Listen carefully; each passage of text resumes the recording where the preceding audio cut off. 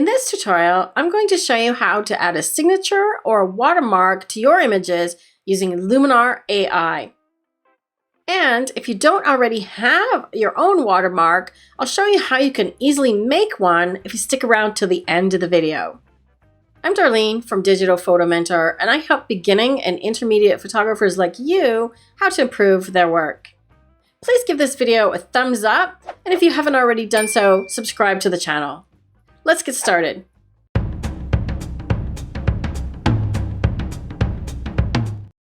Okay, here we are inside of Luminar AI, and I've already got an image finished, ready to add the watermark. So to get to the tool that you need to do that, if you are already in the edit module, okay, make sure you are in edit at the top. And you'll see that the default is you're in the tools panel at the top. If you hover your mouse over, it's the three little lines. The one right below where my mouse is here is called local masking, and that's the brush icon. That's the one you want. So click on that, and what you'll see is that there's kind of nothing there. So in order to get started, you need to add, and you're either going to add the basic or the texture. Okay? Basic is for adjusting things like tone control and painting it in where you want it. So in this case, we want a texture overlay. So even though we're not adding a texture to the image, it's the same tool that you're going to use to apply the watermark. The first thing you need to do is load texture, or go and find the file that you want to add as your watermark. These are various different versions of my logo for my business, and you'll notice that they are in PNG format. So what that means is that the background is transparent, okay? So I'm going to show you what happens when I add one, and I want to add one that's white, okay? So you can't really see it because it's white on transparent, but once I add it, you'll see how that works. So just choose your logo, and I'll also show you an example in a moment of what happens when you don't have the background transparent on your watermark. Once your watermark has been added to the image, you'll notice that it's overly too large. So the next thing I need to do is resize it, and you do that with the Place Texture button here. Make sure that if you have an image or your watermark, you see that it's filling the top to bottom. So make sure that you move it over, and I'm just clicking and dragging to grab the whole thing until you see these little white marks on the corner, okay? So don't resize it from the edges, because then you'll change the proportion. So make sure that you're resizing using this corner mark here. So I'm just going to resize this, and I'll plop it into the bottom right corner. Now that I've got it down to a size that I may want to use on this image, I'm just going to decide where to place it. In this case, I might place it on the path, and I'll probably make it a little bit smaller. Consider when you're adding a watermark, what is the reason for doing so? You don't want to make it so large that it's obnoxious for the image viewer and it takes over the whole image. I just want to add a watermark in this case. Maybe I'm posting it on social media and I just want to know who was the author or creator of this image for anybody seeing it, right? So once you've got it where you want it, sized and placed, just hit enter. Then from there, we can do a little bit more fine tuning. I'm going to zoom in a little bit so we can see the logo. Luminar places it at a default of 50% opacity. So you'll notice if I change the opacity to 100, that it's now pure white as the original file, or if I go all the way to 0, it disappears. So I'm going to turn it up a little bit higher and then go to the advanced settings. Down here, you'll find something called blend mode. If you've used Photoshop, you may be familiar with these. If these are new, just hover over them and you'll see what effect that will do on your logo with each different one. Now, anything in the darken section is looking for the overlay or texture or watermark that's darker than the base image. Anything in the lighten section is looking for something that's lighter, so lighten and screen. Overlay, soft light, and hard light are generally looking for contrast. And in this case, I found that by going to luminosity, it actually pulled some of the colors in the background image through to the watermark, and I kind of like that effect. So just by playing around with the blend modes, I found one that I liked that applied on this image, And I'm just going to turn the opacity back down to make it a little more subtle. And then let's just see the overall image. So here you can see how quickly I've added a light colored watermark to a dark image. Let's look at the opposite scenario. So I'm back in the local masking tool again, and I've already added the texture overlay tool. Now I'm going to load a texture, and remember I said I want to show you what happens if you add one that is not a transparent PNG. So this time I've got one of my signature files, and I've saved it as a JPEG. So JPEGs cannot carry transparency inherently with that type of file. So what I've got here is my name, which is black on a white background, and the white background is solid, okay? It's not transparent. So let's see what happens when we apply the JPEG.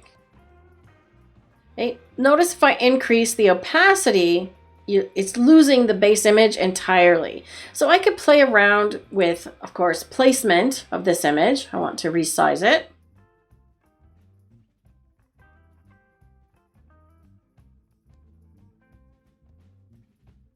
But you'll still see I've got the white square or the background showing up. If you play around with the blend modes, you can work with darken or multiply in this case, and you can make it work.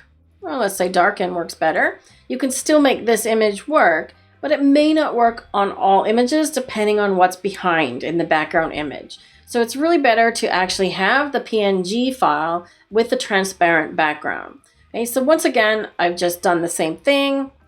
I've loaded the image and I've placed it right where I want it. So let's replace this one with a PNG. Okay, so you can see JPEG versus PNG. They look the same here in the little preview window, but when I change it to normal blend mode and opacity 100%, you'll see that this one drops the background out, and wherever I move it, the signature is just the signature without the background. Obviously, I'm not going to leave it on her forehead, so I'm just going to reposition that. And now, as promised, I want to show you how to make your own watermark if you don't already have one. So as I mentioned, I already have a logo, which is transparent in the background. If you don't have a logo or you don't even have a business name, what I suggest is just make something like this, where all I've done is taken a piece of paper and written my name with a thick felt pen. So use like a Sharpie, right? So it shows up nice. And then either take a picture of it, use a nice white bright piece of paper and a thick marker, then take a picture of it or scan it and get it into your computer. So that's what I've done here. Once you get it into the computer, okay, go to your tools, and you want to go to the light tools and make sure that you've got a really contrasty image, so it's just pure black and just pure white. Right? So when you look at the graph, which is the histogram, so I'm under the light tool and curves, right? You might have to do something like this, where you bring the whites in and you bring the blacks in on the bottom, and that will increase your contrast, bringing you more black and more white. So look where your spikes are in the image and just pull it in a little bit to increase the contrast. Now, what happens if you want, this is black on white? But what happens if you want the reverse? Okay, you can easily create that here in the curves as well. So all you need to do is go the other direction. So take the bottom left dot and bring it all the way up, right? Basically, you're making a negative, okay? And I've taken the right one all the way down. So instead of the line going from the bottom left up to the top right, it's going opposite, okay? So you've created a negative curve or inverted the entire thing. Then just save this out as a new JPEG. Currently, inside of Luminar AI, when you go to save your image, you can save it as a PNG, but it doesn't handle transparency. Okay, so Luminar AI currently doesn't have a function with transparent backgrounds. So what you need to do is, I recommend just saving it as a JPEG, which I've already done. Okay. So inside of my, I need to go back to black and white. So inside of my catalog, I have both, basically black on white and white on black, both of which are JPEGs.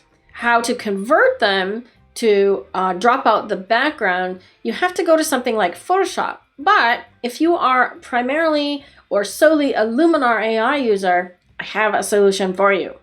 There's many good free online PNG converter tools available. So what I did was I just did a quick search in Google for convert image to transparent. Make sure you use that word in your search, PNG online. And I found a few tools. So I'm just going to show you a couple that I found that work really well. This first one here, literally you just have to drop the image in. So I'm just going to go find it. Okay, so here I am inside of my Finder, and I've got my JPEG. You can see here, it's a JPEG. And this one is the one that has the white background. But I'm actually going to demonstrate another one for you just to show you how well it works, okay? So I've got some of my bio photos. Oh, that's flattering. Let's try one of these. All right, so I've got one of my photos for my headshot, and you'll notice that the background is white. So when I take this one, I'm just going to drag it and drop it into this little free converter, right? Now you'll see that what happened is it's made the background transparent. You can see that with these little gray and white squares, but it's also picked up a bit of my face. So this one's pretty simple. You can just change sort of the number here to make it catch less of that color. And now you can see that it's fixed the face. Right? If you need more, just raise this amount and it's going to find colors more white throughout the logo. Let's try another example. Here's another version of my logo, which is in color, and this one is a JPEG, so it's got a white background, but you notice there's lots of little spaces sort of in amongst the letters here, and it's done a good job of making all of them transparent, even though they weren't connected. Okay, so try this tool, and if it doesn't work well, I also found another one called Luminar. Again, just do a Google search for tools and you'll find that if you upload an image to this one, for example, let's try the same image here. So I want to click transparent here, and you can see that it did a pretty good job, but it missed that M. Okay, so you might want to choose a different mode and try some different settings here, and it did a good job. Right, so try different tools, and depending on the complexity of your signature or your logo, one may work better than another. And here all you have to do is then save it and download that version. Right? And remember, if you've done the conversion and you have a black on white and a white on black, let's see what happens if we try and add one like that. If you've done both versions of your signature with black on white and white on black, make sure that when you use the PNG converter, see here it's looking for white to make transparent. So you can just change that to black. And you'll notice that it's picking up a little bit of outline. And I played with this a little bit, and I found that if I increase the percentage here, it got rid of that. Okay, so this tool I found works pretty good. And this one here, I'll include a link to the two that I found so you can try them out for yourself. To learn more about photo editing techniques, and specifically Luminar AI, click through to either of the videos on the screen now. I hope you found this video helpful. Please give it a thumbs up and subscribe to the channel so you don't miss any new tutorials. Until next time, keep taking photos and practicing your photo editing. See you soon.